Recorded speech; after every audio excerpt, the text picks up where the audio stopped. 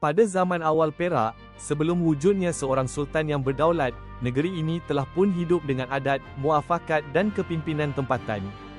Kuasa tidak berpusat pada seorang raja, sebaliknya dipegang oleh orang-orang yang dihormati kerana kebijaksanaan dan pengaruh mereka. Dalam suasana inilah dua wanita tampil memainkan peranan besar dalam mencorakkan arah sejarah Perak.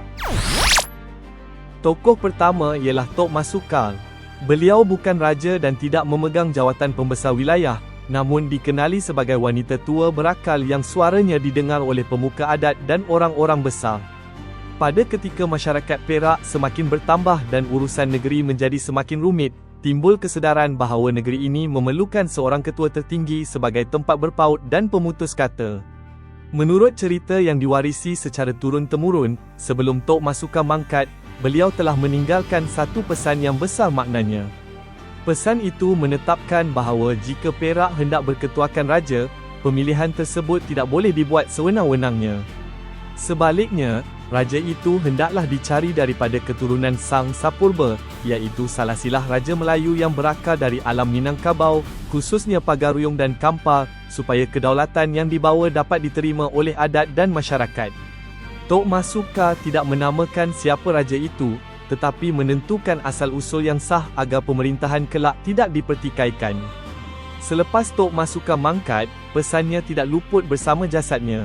Bahkan, kata-kata itu terus dipegang sebagai pegangan adat, dipelihara oleh beberapa keturunan orang besar Perak, dan akhirnya dipersetujui secara bersama apabila tiba masanya untuk bertindak. Dengan yang demikian, Tok Masukal dikenang bukan kerana memerintah, tetapi kerana kebijaksanaannya menetapkan asas yang menentukan arah negeri. Nak ajar sejarah lebih mudah? Semua koleksi video ikut buku teks sekolah rendah dan menengah ada di cikgushare.my. Tokoh kedua pula ialah Tok Temong, seorang wanita bangsawan yang memegang kuasa nyata di Perak Hulu. Tok Temong bukan nama asal, sebaliknya gelaran jawatan yang merujuk kepada kedudukannya sebagai pemegang kuasa dan penjaga adat di daerah Temong Ulu di hulu Sungai Perak. Dalam tradisi tempatan, beliau turut dikenali dengan nama Tun Prabu dan disebut sebagai adik kepada Tun Saban. Hubungan kekeluargaan ini menjelaskan mengapa Tok Temong berada di Temong Ulu dan diiktiraf sebagai pemegang wilayah, manakala Tun Saban bergerak sebagai wakil pembesar dalam melaksanakan keputusan bersama. Apabila raja daripada keturunan Sang Sapurba tiba di Perak untuk dimasyhurkan sebagai sultan yang pertama, penerimaan baginda tidak berlaku dengan sendirinya.